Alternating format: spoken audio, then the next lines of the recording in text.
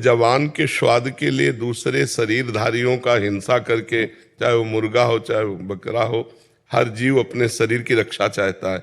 आप एक चींटी को भी देखो ऐसे करके तो भागेगी अपने प्राण रक्षा के लिए।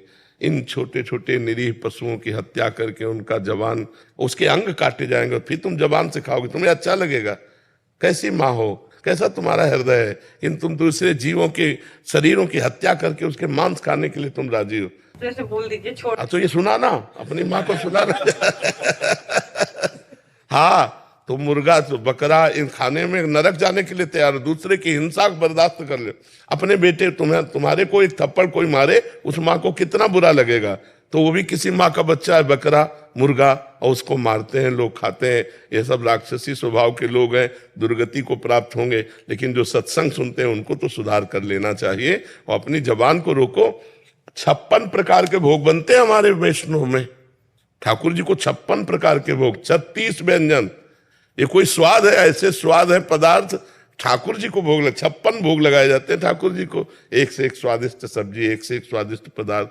अब हम तो यही प्रार्थना करेंगे तुम्हारी माँ के चरण छू के कि नरक ना जाओ, भजन कर लो। सुन के आपके मुख से बहुत डर लगता है कि उनके साथ भी ऐसा होगा। तो नहीं, वो होगा पक्का। अवश्य में भोक्तव्यम कृतम कर्म शुभाशुभम, अवश्य में भोक्तव्यम, भोगना तो पड़ेगा जीव को। देखो, बढ़िया वीआईपी कार में बैठे हैं, फिल्मी गाना चल रहा है और एक्सीडेंट हुआ, और पहले वो तार जला जिससे गेट खोला जाता है, अब उसी में पैक।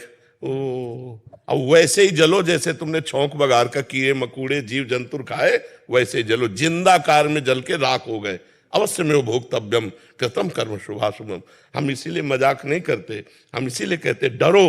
अवश्य में भोक्तव्यम कृतम कर्म शुभाशुभम।